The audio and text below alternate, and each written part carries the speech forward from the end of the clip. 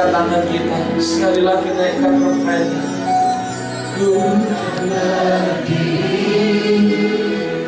di tengah badai, dengan kekuatan yang Kau beri. Alirkan kekuatan-Mu Tuhan, sampai kapanmu, biar kami bertahan setia sampai akhir. Karena Yesus selalu menopang hidupku. Kami percaya Tuhan, Kau adalah Allah yang setia. Kau setia apa yang Kau katakan. Kau setia dengan apa yang Kau janjikan. Firman-Mu ya dan amin. Karena itu hamba berdoa bagi jemaat Tuhan yang sedang goyah. Berjamah kami untuk kami mengarahkan pandangan kami tertuju kepada Yesus yang dengan tekun setia memikul salib bahkan taat sampai mati. Terima kasih Tuhan. Dan setiap kami belajar untuk terus setia. Setia sampai garis akhir, sampai mencapai garis akhir, sampai finish, finishing well Tuhan. Terima kasih Kau berkati seluruh jemaat, sehingga kami boleh menikmati akan pemeliharaan Tuhan, kekuatan yang berlipat dari Tuhan, penopang yang datang dari Tuhan, sehingga kami dapat berlari di tengah badai dan tetap teguh berdiri sebagai pribadi yang kuat, bukan karena kami kuat, tapi karena tangan Tuhan menopang, menguatkan kami semua. Berkati kami semua melalui firman-Mu, untuk kami dengar-dengaran, urapi dengan Roh Kudus-Mu, urapi hamba-Mu yang menyampaikan firman dengan kuat kuasa, sehingga setiap kami diberkati Tuhan malam ini. Kami sambut berkat Tuhan dengan penuh sukacita, dengan penuh syukur. Hanya di dalam nama Tuhan Yesus Kristus yang kita percaya berkata, amin. Amin. Puji Tuhan. Silakan duduk kembali. Bapak Ibu yang dikasih Tuhan, mari kita akan buka bersama Alkitab kita di dalam kitab 2 Samuel pasal yang ke-9. Kitab 2 Samuel pasal yang ke-9 ayat 1 sampai dengan ayat yang ke-8. 2 Samuel pasal 9 ayat 1 sampai dengan ayat yang ke-8. Kita akan baca bergantian, bersaut-sautan. Saya ayat 1, saudara sekalian ayat yang kedua, dan seterusnya sampai ayat yang ke-8. Kita akan baca bersama-sama. Mari kita baca bersautan 2 Samuel 9 ayat 1 sampai 8. Judul perikop David atau Daud dan Mefiboset. Berkatalah Daud, masih adakah orang yang tinggal dari keluarga Saul? Maka aku akan menunjukkan kasihku kepadanya oleh karena Yonatan. Adapun keluarga Saul mempunyai seorang hamba yang bernama Ziba. Ia dipanggil kepada Daud. Engkau Ziba? Jawabnya, hamba Tuanku. Kemudian berkatalah raja, tidak adakah lagi orang yang tinggal dari keluarga Saul? Aku hendak menunjukkan kepadanya kasih yang dari Allah. Lalu berkatalah Ziba kepada raja, masih ada seorang anak laki-laki Yonatan yang cacat kakinya. Tanya raja kepadanya, di manakah dia? Jawab Ziba kepada raja, dia ada di rumah. Sesudah itu Raja Daud menyuruh mengambil dia dari rumah Makir bin Amil dari Lodebar.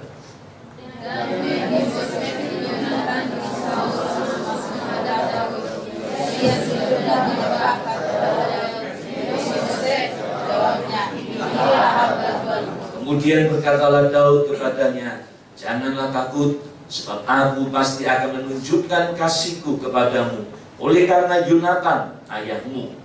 Aku akan mengembalikan kepadamu segala ladang Saul nenekmu, dan engkau akan tetap makan sehidangan dengan aku bersama-sama. Lalu sujudlah Mefiboset dan berkata, apakah hambamu ini sehingga engkau menghiraukan anjing mati seperti aku? Saudara-saudara yang dikasih oleh Tuhan, kita memasuki triwulan yang terakhir atau triwulan yang keempat. Jikalau triwulan yang pertama kita sudah bahas tentang setia kepada Tuhan, lalu triwulan yang kedua setia kepada keluarga, lalu kemudian triwulan yang ketiga setia kepada gereja atau jemaat lokal, dan yang terakhir nanti Oktober, November, Desember setia kepada sesama. Nah, satu pertanyaan, siapakah sesama itu? Ya, saudara pasti menjawab, ya, sesama manusia, Pak. Ya, sesama manusia yang seperti apa yang dimaksud? Ya, tema kita bulan ini, aku dan sesamaku. Sebelum kita akan bersama membahas tentang tema setia kepada sesama, ya, itu triwulan yang keempat. Kita harus memahami lebih dulu apa yang dimaksud dengan sesama manusia. Ya, mungkin kita berpikir yang dimaksud sesama manusia itu adalah orang yang berbuat baik dengan kita. Nah, kita harus berbuat baik dengan dia. Yang dimaksud sesama manusia, ya, saudara-saudara seiman, yaitu keluarga kita. Bukankah mereka adalah sesama? Iya, mereka adalah sesama. Tapi pernahkah saudara berpikir bahwa yang dimaksud sesama manusia itu adalah semua manusia? Manusia di dalam arti termasuk manusia yang menjengkelkan kita, manusia yang menyakiti kita, manusia yang menganggap kita ini musuhnya.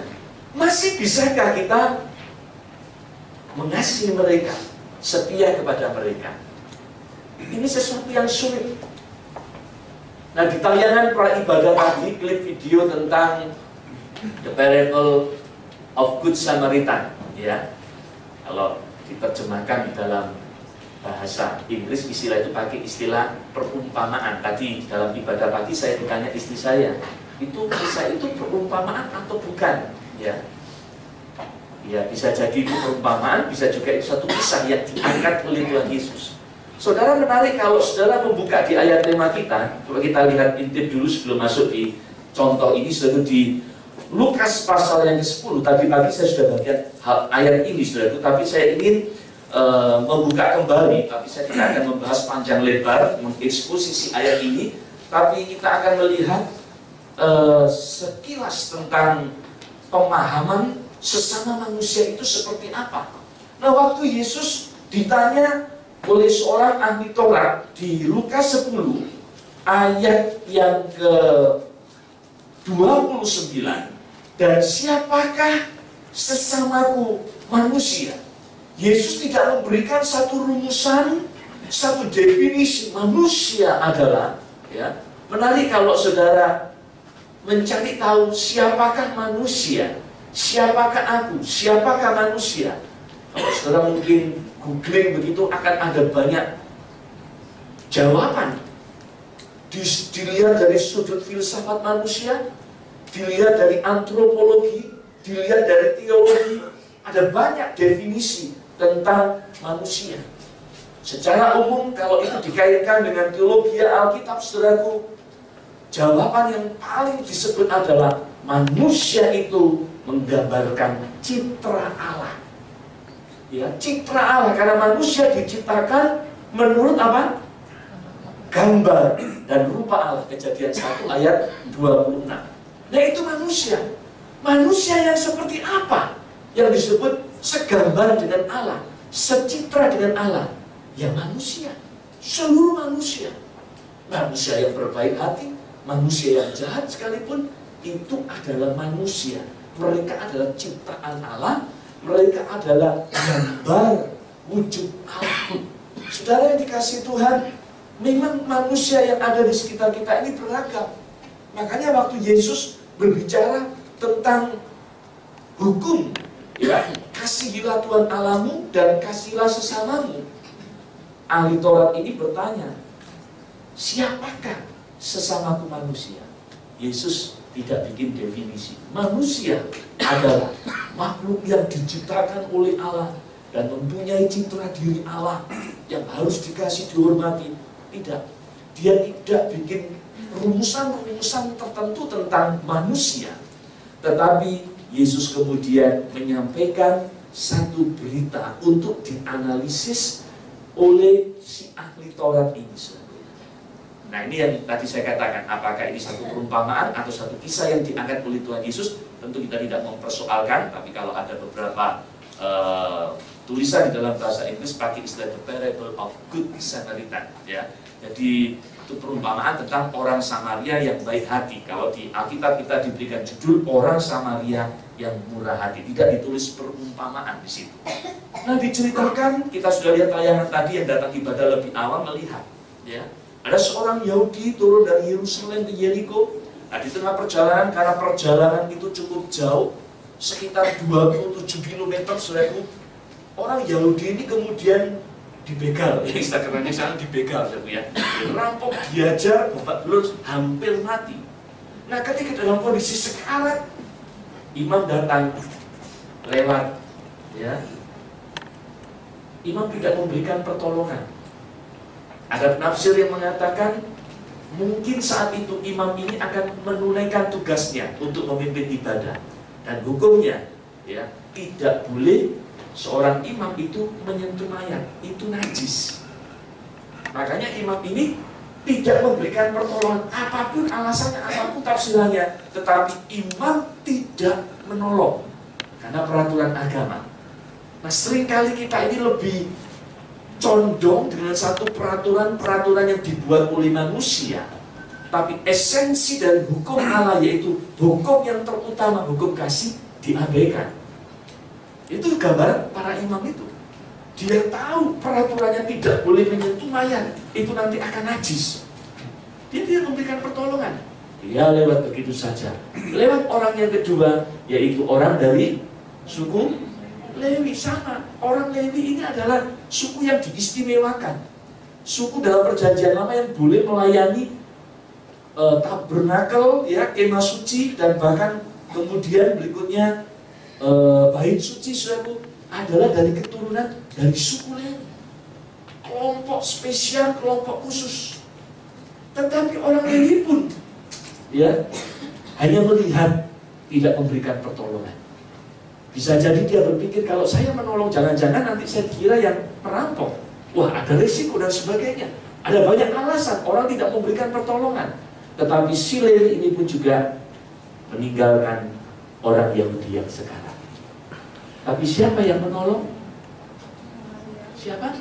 Orang Samaria.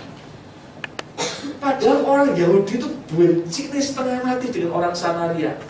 Orang Samaria dan bangsa lain non-Yahudi dianggap kafir, anjing, kafir, ya. Dan mereka bermusuhan cukup lama. Pecahnya kerajaan Israel Selatan yang kemudian disebut kerajaan Yehuda, dan kemudian kerajaan Utara yang berpusatkan di Samaria. Mereka tidak bisa akur. Tetapi justru yang menolong orang Yahudi yang sekarat hampir mati ini adalah orang yang dianggap kafir, orang Samaria. Nah, dari kisah itulah kemudian Yesus minta, ya, si ahli Taurat ini memberikan jawaban. Saudara lompat di ayat tema kita, pasal 10 ayat 36 dan 37. Siapakah di antara ketiga orang ini menurut pendapatmu adalah sesama manusia dari orang yang jatuh ke tangan penyamut itu? Jadi kalau saudara perhatikan cara debatnya Yesus itu luar biasa. Dia memang orang beriman. Dia ditanya, dia tidak menjawab, tapi dia memberikan gambaran. Lalu orang yang tanya disuruh menjawab, saudara, ya. Kalau saudara lihat cara Yesus berdebat, ya, dengan ahli Taurat, dengan beberapa orang, saya perhatikan itu cara yang sering dipakai oleh Yesus. Ya. Yesus giliran ganti bertanya, siapakah di antara ketiga orang ini menurut pendapatmu adalah sesama manusia dari orang yang jatuh ke tangan penyamut itu? Jawab orang itu, orang yang telah menunjukkan belas kasihan kepadanya. Dan Yesus pun berkata kepadanya, pergilah dan perbuatlah demikian. Ya, bisa tarik kesimpulan dari kisah ini. Kalau begitu, siapakah yang disebut atau yang dimaksud dengan sesama manusia? Itu kan pertanyaannya dari ahli Taurat. Yesus memberikan gambaran, lalu kemudian disuruh jawab sendiri. Dan orang itu menjawab, sesama itu adalah orang yang telah menunjukkan belas kasihan kepadanya. Itu orang siapa? Orang Samaria. Orang Samaria punya alasan untuk membenci dan membiarkan orang Yahudi yang sekarang yang dia dimusuhi. Tetapi tidak di mata Yesus. Justru sesama itulah orang yang dikatakan tergerak hatinya dengan belas kasihan. Orang Samaria yang seharusnya dimusuhi, tapi justru sikap orang Samaria ini bukan memusuhi, bukan menyakiti, bukan membalas, tapi justru memberkati dan menolongnya tuntas loh. Gak cuma dilapi lukanya, ya, dibawa ke penginapan sampai dia ngomong urus, sampai dia betul-betul pulih. Nanti kurangnya pengobatannya saya akan datang kembali, saya akan ganti. Tuntas, diberesin. Itu orang Yahudi. Nah, itulah orang yang berbelas kasihan. Saya akan masuk pada nats ayat pembacaan kita. Contoh di dalam Alkitab tentang setia dengan sesama ini adalah Daud. Ya. Kita sudah menyimpulkan kalau begitu. Sesama kita adalah semua manusia, termasuk manusia yang memusuhi kita. Sikap kita justru adalah memberkati, setia kepadanya. Saudara yang dikasihi Tuhan, kita seringkali bisa setia dengan orang yang berbuat baik dengan kita, betul kan? Ya, wah kalau saudara sering ditraktir, sering dikasih berkat, saudara pun bisa setia dengan orang itu. Sampai bahkan berkata, demi dia pun nyawaku, aku berikan, aku utang budi. Apalagi kalau pernah hutang nyawa, nyawaku pun aku pertaruhkan demi dia. Tapi pertanyaannya, kalau orang itu menyebalkan kita, ya, coba siapa yang menyebalkan kita? Paling gampang kita ngomong yang paling dekat, pembantu rumah tangga mungkin. Kalau pembantu itu sudah menyebalkan, ya, bagaimana sudah memandang dia? Sebagai manusia yang harus dikasihani, ataukah sebagai manusia yang harus dihina? Kita karena jengkel, emosi, bisa keluar dari mulut kita itu kata-kata yang tidak patut terhadap pembantu kita yang siang malam bekerja memberikan pertolongan. Kita bisa mengatakan, goblok, ngono enggak iso, ya gitu saudara ya. Ya kalau dia pintar nggak jadi pembantu saudara. Ya, salah sedikit, ya, bikin kopi kok nggak manis, kopinya sih panas disiram di mukanya saudara ya. Masih pun dia begitu. Ada yang pipinya dinos sama setrika saudara ya, gara-gara berbuat kesalahan. Ribut itu di Medan, ya, pembantunya disetrika. Loh, kalau kita, sikap kita terhadap sesama seperti itu, satu pertanyaan, apakah kita memandang dia sebagai sesama, ataukah sebagai, maaf mungkin dianggap kayak hewan aja, ya, hewan bahkan kadang lebih kita hargai, kita hormati. Alasannya apa? Hewannya setia kok. Kalau saya datang itu, beleki saya udah gonggong, jilatin, ya. Sampai itu hebat di Amerika, suami-suami minta cerai kepada istrinya. Kenapa? Istrinya lebih sayang sama anjing daripada suaminya. Anjing dikeloni, suami nggak dikeloni, ya. Alasannya istri, karena anjingnya setia. Tiap kali pulang nyampe di rumah, dijilatin gitu. Suami saya jilatin saya, minum saya enggak, maki-maki ya, pulang kerja, pulang kantor, maki-maki, kerjaan nggak beres. Akhirnya istri lebih setia kepada anjing daripada lain. Banyak mundur, kenapa itu? Lalu kemudian, nggak jelas itu ya. Orangnya malah diketawain di depan umum. Alkitab mengatakan, barang siapa menghina sesamanya, dia menghina siapa? Pencipta. Jangan menghina siapapun sesamamu yang cacat sekalipun, jangan menghina. Dia adalah sesama. Seperti engkau butuh penghargaan dari orang lain, belajarlah menghargai, menerima orang lain, termasuk cacatnya. Loh Pak, kalau pembantunya sering menjengkelkan, hak saudara untuk menghargai. Tapi tidak perlu toh, lo katakan dia dasar otak udang, dasar anjing, atau mau dimaki-maki binatang semua keluar. Gak perlu toh. Saudara, orang itu sakit pasti, dikatain seperti itu orang itu sakit. Tapi yang lebih sakit adalah Sang Khalid pencipta alam semesta dan seisinya, Tuhan Allah. Karena barang siapa menghina sesamanya, dia menghina pencipta. Kok ya ada bapak-bapak itu menghina istrinya?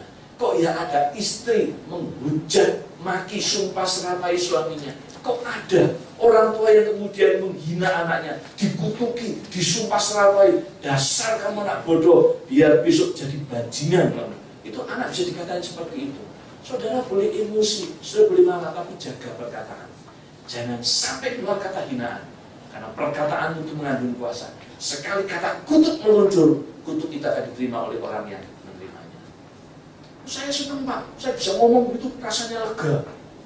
Saya balas dengan perkataan seperti itu, ya tahu rasa dia. Hidupnya biar pendek umurnya, biar dia sial hidupnya, nasibnya nggak baik. Lalu sudah merasa senang. Padahal sudah tahu waktu engkau meluncurkan kata-kata itu, pribadi yang dilukai itu adalah Tuhan. Mari belajar se-emosi, sejengkel hatimu, jangan sampai kau menghina sesama. Termasuk musuhmu, bukan musuh, orang yang memusuhi engkau.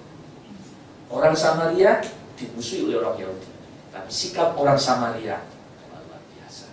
Yesus kadang itu kasih perumpamaan yang luar biasa. Ada 10 orang kusta, ya, disembuhkan tahir. Yang 9 tidak balik, yang 1 yang balik sujud nyembah dan bersyukur berterima kasih kepada Tuhan. Dan Yesus katakan, 1 orang yang kembali itu orang Samaria. Tahu berterima kasih.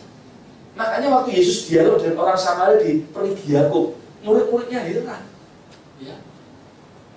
Dengan siapa ini? Perempuan, dan perempuannya Samaria. Latar belakangnya jelek lagi. Ya. Saudara-saudara, tapi Yesus bisa terima. Yesus itu bisa terima semua lapisan masyarakat.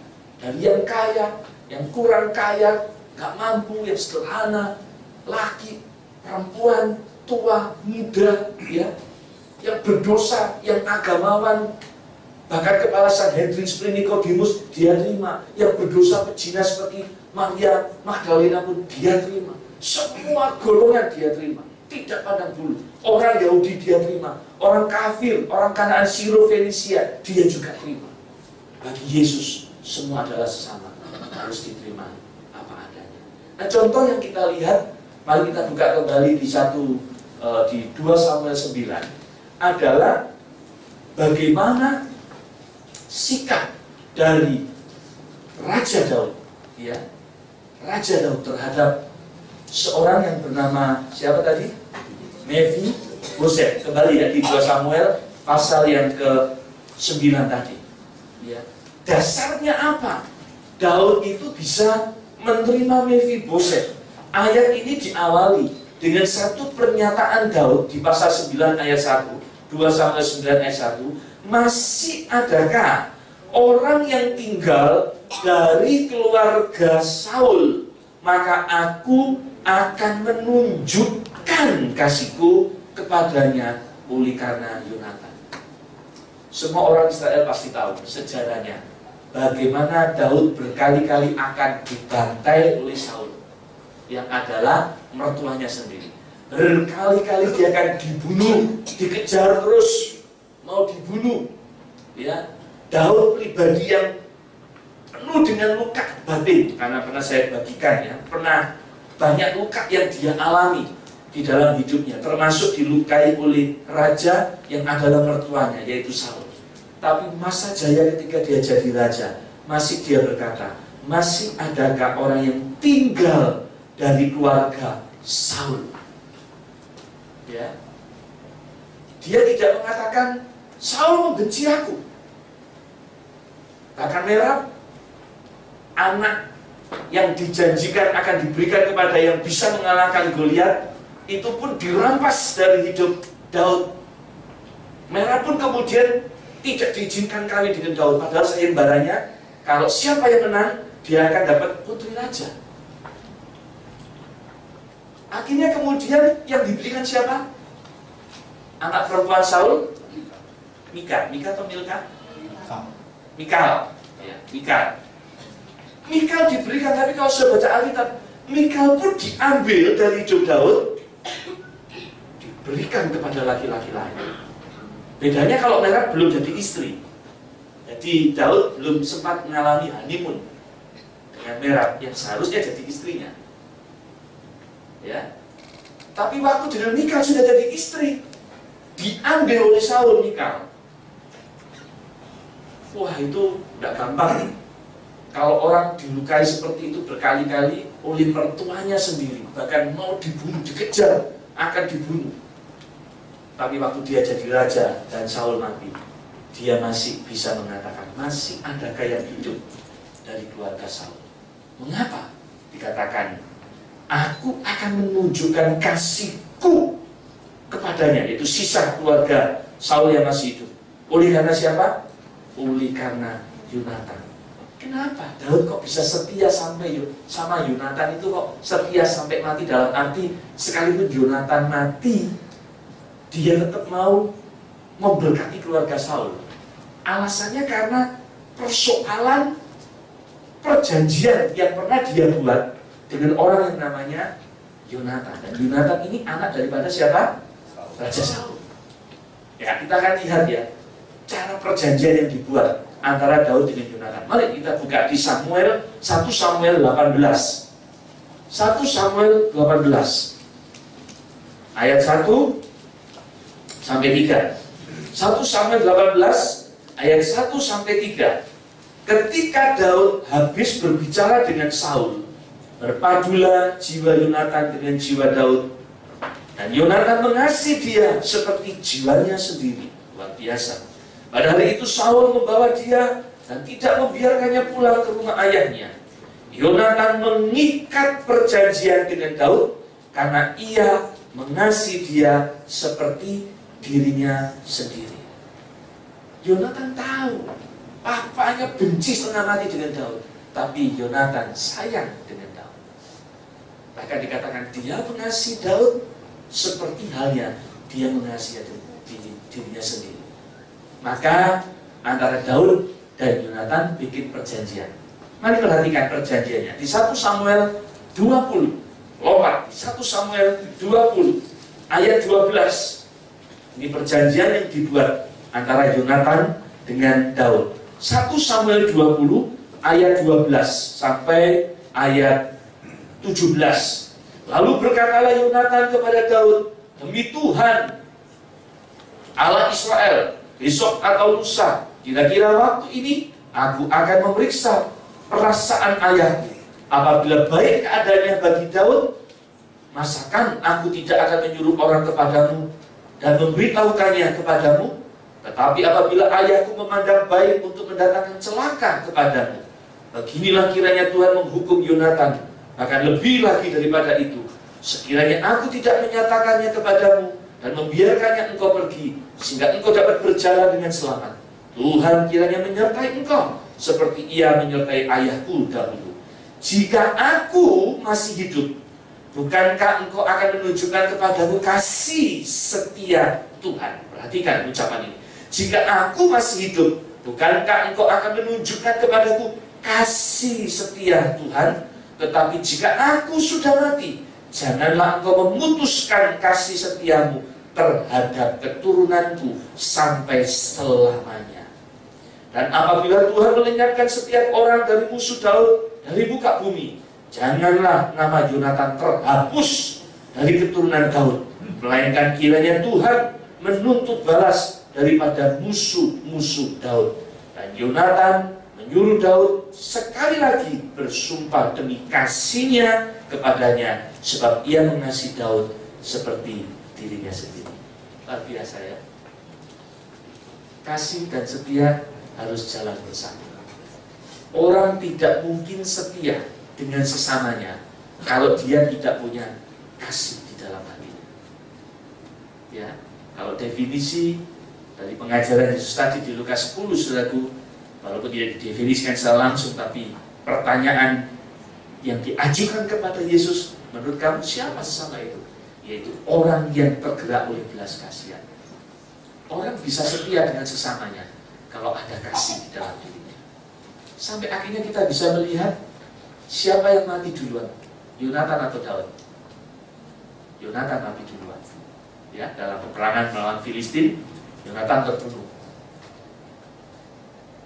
Sama dengan saudaranya juga terbunuh.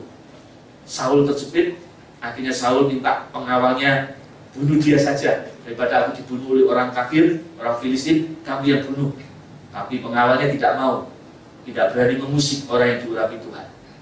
Lalu pedangnya ditancapkan di tanah, lalu Saul jatuh di atas pedang, arah kiri, ya, dia mati bunuh diri. Nah, waktu Daud mendengar Yonatan mati, saudara, waduh, sedihnya. Sedihnya kayak apa? Coba kita lihat di 2 Samuel. 2 Samuel. Ini satu contoh yang indah sekali kalau kita belajar setia dengan sesama. Belajar seperti Daud dengan Yonatan. 2 Samuel pasal 1, judulnya di situ ratapan Daud. Perikop yang kedua ya, pasal 1 perikop yang kedua, ratapan Daud karena Saul dan Yonatan mati, saudaraku ya. Kita lihat di 2 Samuel 25 dan 26. 2 Samuel pasal 1 ayat 25 dan 26. Betapa gugur para pahlawan di tengah-tengah pertempuran. Yonatan mati terbunuh di bukit-bukitmu. Merasa susah aku karena engkau, saudaraku Yonatan. Dianggap Yonatan kayak saudara sendiri. Merasa susah aku karena engkau, saudaraku Yonatan. Engkau sangat ramah kepadaku. Bagiku cintamu lebih ajaib daripada cinta perempuan. Saudara jangan lalu kemudian menyimpulkan atau mentafsirkan, oh Daud jangan-jangan gay, Daud jangan-jangan homo dengan Yonatan. Oh, tidak, saudaraku ya. Tapi ungkapan di sini, bagiku cintamu lebih ajaib daripada cinta perempuan. Daud berulang kali dilukai oleh perempuan. Seperti yang saya sampaikan tadi, baik Merab, Mikal dan seterusnya. Dia banyak mengalami luka hati, ya. Tapi ketemu Yonatan, berpadulah dua insan ini, saling mengasihi, menyayangi satu dengan yang lain. Makanya waktu dia dengar Yonatan meninggal, terpukul sekali sampai dia meratap. Dan dia mengatakan, bagiku cinta Yonatan lebih ajaib daripada cinta perempuan. Luar biasa. Saudara, karena itulah kemudian perjanjian itulah yang membuat Daud itu ingat bahwa dia harus menolong keluarga Yonatan yang tersisa. Nah, dari itulah kemudian di 2 Samuel tadi ya, di pasal yang ke-9 ya, dia minta ya, tanya siapa dari keluarga Saul yang masih ada. Ternyata ada hambanya yang namanya Siba. Lalu dipanggil ya, Siba, kamu dipanggil oleh raja ya. Lalu kemudian Siba menghadap raja. Raja bertanya di pasal 9 ayat yang ketiga, tidak adakah lagi orang yang tinggal dari keluarga Saul? Aku hendak menunjukkan kepadanya, perhatikan, kasih yang dari Allah. Ya, 2 Samuel 9 ayat yang ketiga. Aku hendak menunjukkan kepadanya kasih yang dari Allah. Bukan semata-mata kasihnya dengan Yonatan, bukan semata-mata hutang budi dengan Yonatan yang pernah menyelamatkan nyawanya, ya, karena akan dibunuh oleh Saul. Tetapi kasih Allah yang mengalir di dalam hati Daud itulah yang membuat Daud itu bergairah untuk menyatakan kasih kepada keluarga Saul yang tersisa. Akhirnya Siba mengatakan, masih ada yang tersisa. Siapa? Dia tidak berani ya menyebut namanya. Cuma dia mengatakan masih ada anaknya Yonatan yang cacat kakinya. Cacat kakinya. Siba pun berpikir kayaknya harapan tipis. Sekalipun aku menyebut ada anaknya Yonatan namanya Mephiboset, tapi dia tahu raja tidak suka dengan orang yang timpang. Ya, coba lihat ayatnya. Daud itu nggak suka dengan orang timpang.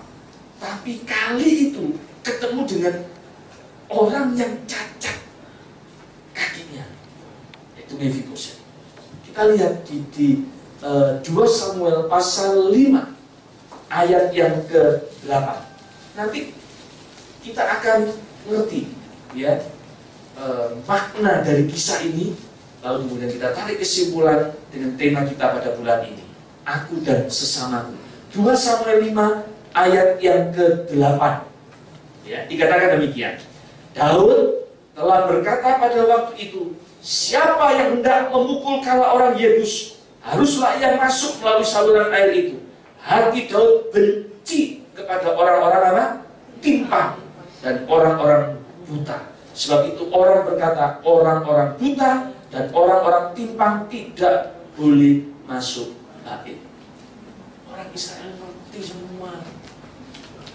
Entah hukum tertulis, entah tidak tertulis, mereka tahu Daud benci dengan orang buta dan orang timpang atau orang cacat. Makanya kalau sudah membaca tadi di 2 Samuel pasal yang ke-9, waktu Siba mendengar pernyataan Daud, aku hendak menunjukkan kepadanya kasih yang dari Allah. Lalu berkatalah Siba kepada raja, masih ada seorang anak laki-laki Yonatan yang cacat kakinya. Raja benci dengan orang timpang. Siba pun berpikir, orang Israel tahu hukum itu. Mana mungkin lah Daud terima Mephiboset. Makanya dia terang-terangan saja ngomong, ada anaknya Yonatan, tapi cacat kakinya. Tapi Daud tidak peduli. Dan tak panggil orang itu.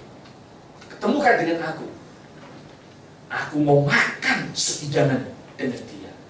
Sudah tahu, waktu Mephiboset mendengar Raja Daud mengundang dia makan sehidangan dengan dia, wah, bukan cuma senang, terharu, mungkin menangis, makin merasa dirinya tidak berarti, tapi ada pribadi yang berarti. Coba kalau tiba-tiba sudah dapat telepon dari sekretaris presiden, ya, Pak Bambang diundang Pak Jokowi makan siang bersama. Tidak pernah ada hubungan dengan Jokowi, tiba-tiba diundang Jokowi juga. Oh, itu penghargaan besar. Mungkin Pak Bambang berkata, siapa sih aku ini? Kok Pak Jokowi mengundang aku? Itu sama kayak Mephiboset. Siapa aku ini? Dia mengatakan apa? Di pasal 9 ayat yang ke-8. Lalu sujudlah Mephiboset dan berkata, apakah hambamu ini? Sehingga engkau menghiraukan anjing mati seperti aku. Waduh, saudara. Ini kata-kata terharu atau menghina diri sendiri, merasa tidak layak, ya, bercampur jadi satu. Si Mephiboset, aku ini bertahun-tahun, ya, cacat seumur hidup. Bertahun-tahun aku ini, makanya disebut namanya itu Mephiboset, artinya memalukan. Boset itu artinya memalukan. Padahal namanya waktu dia lahir, kalau nanti saudara cek di dalam Alkitab di 1 Tawarik 8 ayat 34, waktu dia lahir, Yonatan kasih nama anak itu bukan Mephiboset. Nama aslinya Meribaal, pahlawan atas Baal. Waduh, harapannya besar tentunya, saudaraku. Tapi gara-gara, kita lihat ya, gara-gara inang pengasuh gak hati-hati jaga Meribaal waktu umur 5 tahun, dia cacat seumur hidup. Dan gara-gara cacat, namanya ganti Mephiboset. Memalukan. Namanya itu artinya memalukan. Boset, memalukan. Nah, boset. Boset, memalukan. Kita lihat ya di 2 Samuel 4 ayat 4. 2 Samuel 4 ayat 4 sebagai ayat kita yang terakhir. 2 Samuel 4 ayat yang keempat. Dikatakan demikian. Yonatan anak Saul mempunyai seorang anak laki-laki yang cacat kakinya. Ia berumur 5 tahun ketika datang kabar tentang Saul dan Yonatan dari Israel. Inang pengasuhnya mengangkat dia pada waktu itu lalu lari.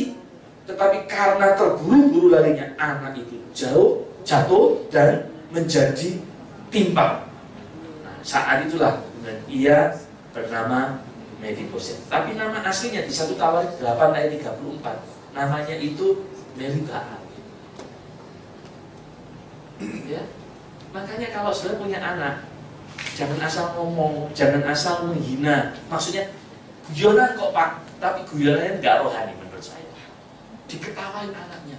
Saya itu punya tetangga itu nggak tahu itu mungkin nama itu dari orang tuanya ya, di Surabaya. Tapi kamu ya akhirnya manggilnya seperti itu ya, orang tuanya manggil seperti itu. Utit, cemprit, keceng, jadi ya. Namanya lagi utit, cemprit, keceng. Keceng itu kurus, ya. Karena kalau utit itu artinya apa? Tapi nama itu nama yang kurang bagus.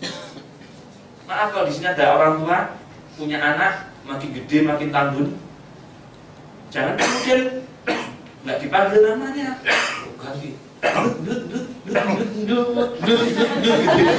Diapain anaknya ya?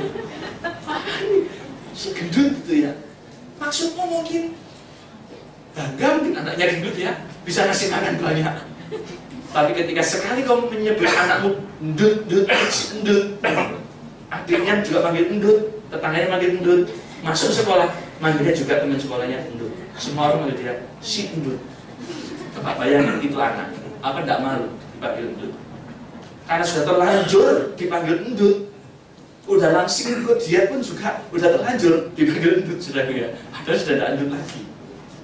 Keceng tadi namanya, terus kering keceng berarti. Panggil nama anakmu dengan nama yang bagus. Jangan panggil anak monyet gitu ya, anjing, binatang disebut untuk manggil anak. Tidak terhormat, sangat tidak menghormati sama sekali. Nah, coba saya bayangkan Mephiboset ini sejak peristiwa umur 5 tahun cacat kakinya, namanya jadi Mephiboset. Kok untung ada Daud yang mau terima dia apa adanya. Seorang raja yang benci dengan orang buta dan timpang, kali itu dia harus berhadapan dengan anak Yonatan. Karena janji setia yang pernah dia buat dengan Yonatan, akhirnya dia bisa terima Mephiboset. Bukan semata-mata janji setia kalau kita baca di ayat tadi, karena dia mau menunjukkan kasih Allah. Sudah mengalami kasih Allah dalam hidupmu? Kalau saya mengatakan belum Pak, saya akan doakan supaya kasih Allah mengalir malam hari ini. Tapi kalau saya mengatakan aku mengalami kasih Allah, Yohanes 3 ayat 16, aku terima Yesus, kasihnya diberikan, anak yang tunggal, aku percaya, melekat kepadanya, setia kepadanya. Artinya engkau mengalami kasih Allah dalam hidupmu. Nah kalau kau sudah mengalami kasih Allah dalam hidupmu, hidupmu harusnya engkau menunjukkan kasih Allah itu kepada siapa? Sesama. Mengerucut lagi, sesama siapa yang harus kau kasih? Termasuk orang yang menjadi, bukan musuh, orang yang memusuhi engkau. Nah, kita tidak boleh menganggap mereka musuh, kita harus menganggap mereka sesama. Walaupun mereka menganggap kita musuh, tidak mudah memang. Kalau engkau mengasihi orang yang mengasihi engkau, mungkin bisa. Tapi saat engkau harus menerima, mengasihi, memberkati, makanya Alkitab mengatakan jangan membalas kejahatan dengan kejahatan, balaslah kejahatan dengan kebaikan. Ya. Jangan mengutuk orang yang menganiaya kamu, tapi berkatilah. Tidak boleh mengutuk. Kita dianiaya, nggak boleh mengutukin dia. Suruh berkati malah. Karena apa? Karena itulah sesama. Ya, mari belajar. Nanti 3 bulan ini kita akan belajar setia terhadap sesama. Mulai dekat dengan orang di sekitar kita. Suami istri belajar setia. Orang tua anak belajar setia. Kakak adik belajar setia. Dengan saudara-saudara seiman belajar akur setia. Dengan orang-orang di dekat saudara, sanak famili, tetangga, ya, teman sebangku, sekuliah, belajar setia. Ya. Termasuk orang-orang yang menyakiti hatimu, belajar setia. Lalu kalau begitu Pak, kita ya harus diinjak-injak, tidak apa-apa ya. Saudara ya harus ngerti kalau saudara ditekan, diinjak-injak, diperlakukan tidak adil ya, harus nyatakan keadilan tentunya. Ya. Tapi bukan berarti kemudian engkau menghina dia, membenci dia. Tapi belajar tetap memberkati. Dia adalah sesama. Apapun cacat yang dialami, cacat secara fisik ataupun cacat secara rohani, belajar terima dia. Dan siapa tahu ketika orang yang cacat rohani ini mungkin ditolak oleh masyarakat, ketemu dengan saudara, saudara terima dia, saudara membalut lukanya, saudara memenangkan dia kepada Kristus, orang ini bisa bertobat. Karena engkau memandang dia sebagai bukan sampah masyarakat, tapi engkau memandang dia sebagai dia adalah sesama. Dan sebagai sesamaku, aku harus mengasihi dia. Apa adanya, bukan ada apanya. Kalau ada apanya, itu tadi kalau dikasih ya mengasihi, kalau nggak dikasih nggak mengasihi, tapi mengasihi apa adanya. Mari kita bangkit berdiri. Belum pernah ada kasih di dunia